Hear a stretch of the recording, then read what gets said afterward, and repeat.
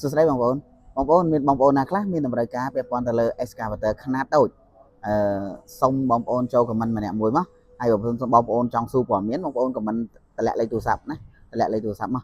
សុំតែ5នាក់ទេបងប្អូនអត់សុំច្រើនទេអញ្ចឹងសម្រាប់វីដេអូនេះផ្ញើជូនបងប្អូនដែលមានតម្រូវការពាក់ព័ន្ធទៅលើ excavator ខ្នាតតូចណាអញ្ចឹងនៅខាងក្រោយនេះខ្ញុំបង្ហាញជូនពាក់ព័ន្ធទៅលើ excavator JCB 0.1 គីប 51O.1 ណា 0.1 គីប JCB 51O.1 អក្សរ O.1 អញ្ចឹងបងប្អូនចាប់អារម្មណ៍ចង់បានពាក់ព័ន្ធទៅលើ JCB បងប្អូនកលេចមើលមកគ្រឿងនេះលេងទៅហើយបើមានចំណាប់អារម្មណ៍ថាយកទៅប្រើប្រាស់លើចការលើអីតម្លាក់លេខទូរស័ព្ទមកណាតម្លាក់លេខទូរស័ព្ទហើយបើសិនបងប្អូនតនេឬបងប្អូនចង់តាមដានជាមួយនឹងគ្រឿងចាក់ថ្មី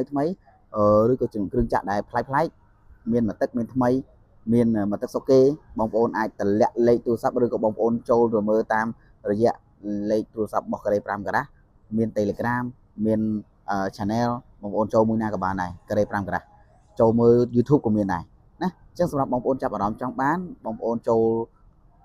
share ម្នាក់មួយផងដើម្បីឲ្យ TikTok ការ៉េ5ការ៉ាស់ផ្ទុះមានបងប្អូនយើងមើលច្រើនហើយវីដេអូនេះយើងធ្វើគាត់តែជាផលប្រយោជន៍សម្រាប់បងប្អូនទេជាការចែករំលែកណាជាការចែករំលែកមានវីដេអូថ្មីខ្ញុំនឹងចែករំលែកតាមរយៈ TikTok នេះអូខេ